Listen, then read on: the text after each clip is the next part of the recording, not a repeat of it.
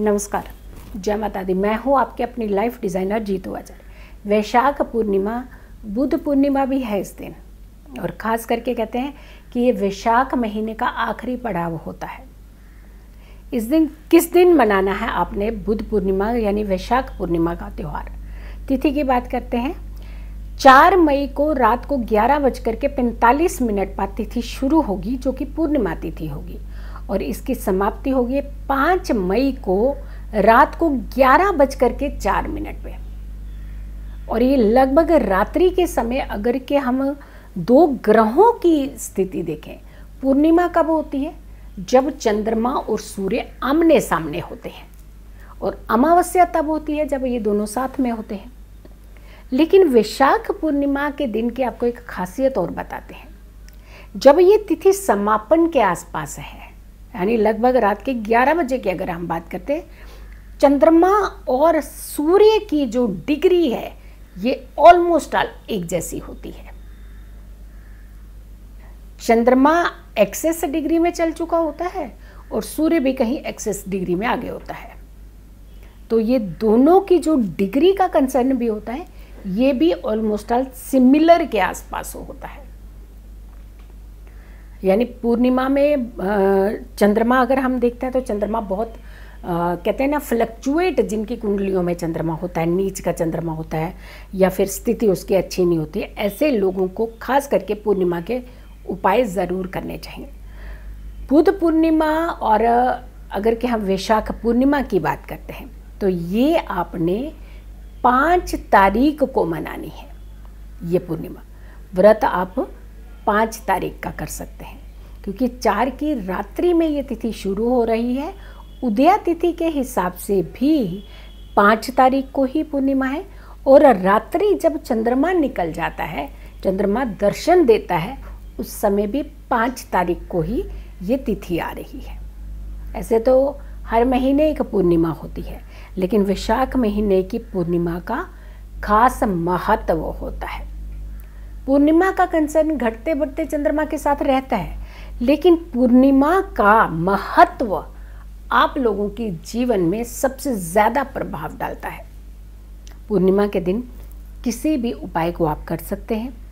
खास करके ऐसे लोग उपाय ज़रूर करने चाहिए जो मानसिक अवस्था से कहीं ना कहीं परेशान रहते हैं। और ये वो पूर्णिमा होती है, कहते हैं कि अगर किसी दूसरे का सहयोग किया जाए, किसी दूसरे को कुछ सामग्री दान में दी जाए, और ऐसे लोगों को खास करके ये सहयोग देना चाहिए जिन्हें वाकई ही आपके सहयोग की ज़रूरत होती है। अब दान देने के चक्कर में हम लोग क्या करते हैं कि खूब एक्सेस दान दे करके आते हैं, और ऐसी जगह पे दान दे आते हैं जहाँ वाकई उसकी चीज़ की ज़रूरत नहीं है, वो आगे उठाते हैं और किसी और को भी दे देते हैं। लेकिन हमें लगता है कि हमारा तो कष्ट उतर गया ना, बाकी देख लेंगे, जिसको जो करना है कर लेंगे।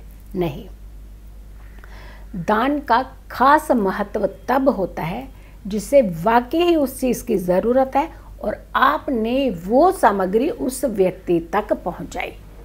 वो दान आपका कल्याण करता है, और वो दान सामने वाले का भी कल्याण करता है, उनकी ज़रूरत को पूरा करता है, आपके कर्मों को सुधार में लाता है।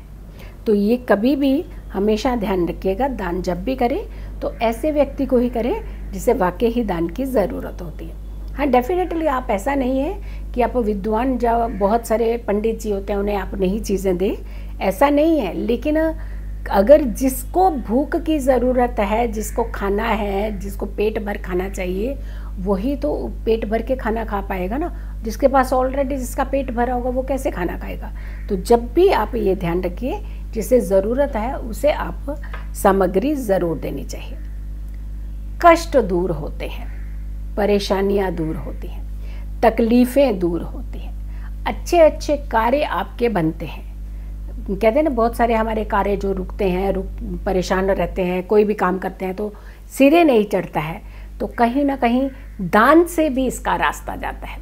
जब ऐसे कुछ इवेंट, ऐसे कुछ पर्व होते हैं, ऐसे कुछ त्योहार होते हैं, ऐसे व्रत होते हैं, उस समय हमें दान, तप और पूजा पाठ, भक्ति और स्नान, इन चीज़ों का खास करके समावेश करके, अगर इन चीज़ों को कंबाइन करके आप कुछ भी चीज़ें करते हैं तो यकीन मानिए आपकी ज़िंदगी से कष्ट जो है वो बड़ी जल्दी जो है दूर होते हैं।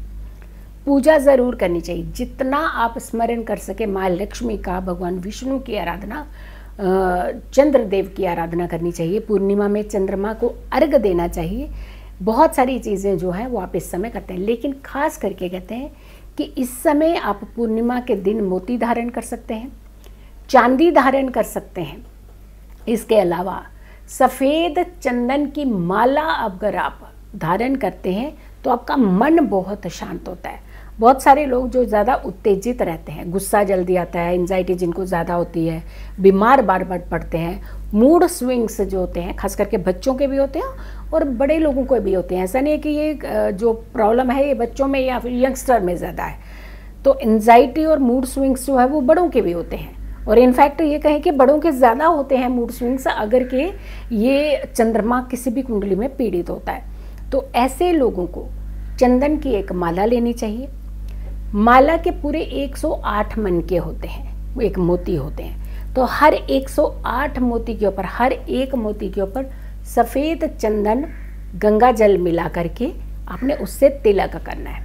और ओम सोम सोमाय नमः, ओम सोम सोमाय नमः, इस मंत्र का आपने 108 बार हर एक मनके के ऊपर एक बार आपने ये जाप पढ़ना है।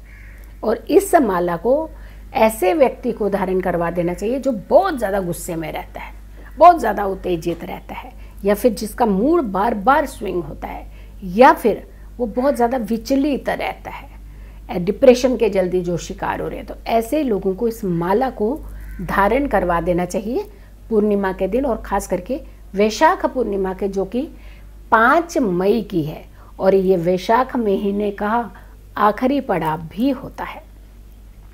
छोटे छोटे से उपाय, लेकिन इसे करने से आपकी ज़िंदगी में बड़े बड़े चेंजेस होते हैं। अगर आप लोगों ने अभी तक मेरे चैनल को सब्सक्राइब नहीं किया है तो ज़रूर कीजिएगा, वीडियो को ज़्यादा से ज़्यादा लोगों तक ज़रूर पहुंचाइएगा, और मेरी हर वीडियो को ज़रूर देखें, कमेंट्स ज़रूर करें कि आपको वीडियो कैसी लगी। और ये छोटे छोटे उपाय हैं जो हमने आप तक पहुँचाए हैं, इन्हें दूसरों तक ज़रूर पहुँचाइए। खुश रहिए, स्वस्थ रहिए, पॉजिटिव रहिए। पॉजिटिव रहते हैं तो हर समस्या से हम दूर रहते हैं। जल्दी हाजिर होंगे एक अच्छी वीडियो के साथ, तब तक के लिए नमस्कार, जय माता दी।